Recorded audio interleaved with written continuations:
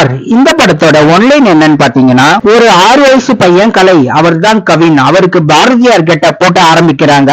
பாரதியாருக்கு மீச மட்டும் வைக்கல, இந்த மீசைய உன்னுடைய நடிப்பால எல்லாரையும் மறக்க வைக்கணும் அப்படின்னு அவங்க அப்பா சொல்றாரு. இதுல இருந்து அவருடைய நடிப்பு பயணம் தொடங்குது. இதுக்கப்புறம் கவினுக்கு ஃபேமிலியில பிரச்சனை, லவர் கூட பிரச்சனை, போற இடம் எல்லாம் கையில காசு இல்ல. இது எல்லாத்தையும் மீறி கவின் ஒரு ஆக்டர் ஆனாரா இல்லையான்றதுதான் படத்தோட மீதி கதையா இருக்கு. ஸ்டார் படத்தோட பாசிட்டிவா ஆக்டர் கவின் இருக்காரு. கவினுடைய முழு நடிப்பு திறமையும் இந்த படத்துல வெளிப்படுத்தி இருக்காரு. குறிப்பா இந்த படத்துல கவின் ஏகப்பட்ட கெட்டப்ல வராரு. ஸ்டார் படம் கவினுடைய ரியல் லைஃப பிரதிபலிக்கும் விதமா இந்த படம் அமைஞ்சிருக்கு. அடுத்ததா நம்ம யுவன் படத்தோட பேக்ரவுண்ட் ஸ்கோர் அப்புறம் சாங்ஸ் எல்லாத்திலயும் தன்னுடைய திறமைய மறுபடியும் காமிச்சிருக்காரு. ஸ்டார் படத்தோட ஃபர்ஸ்ட் ஹாஃப்ல அப்பா அண்ட் மகனுடைய கெமிஸ்ட்ரி பயங்கரமா ஒர்க் அவுட் ஆகி இருக்கு. படத்துடைய ஃபர்ஸ்ட் ஹாஃப்ல கவினுடைய நடிப்பு அண்ட் காமெடியை வச்சு பயங்கரமா ஸ்கிரீன் பிளேவை கொண்டு போயிருக்காரு இளன். படத்தோட செகண்ட் ஹாஃப்ல பாத்தீங்கன்னா ஒரு மிடில் கிளாஸ் பையன் எவ்வளவு ஸ்ட்ரகிள தாண்டி ஆக்டர் ஆவடான்றத செம்மையா காட்டியிருக்காங்க.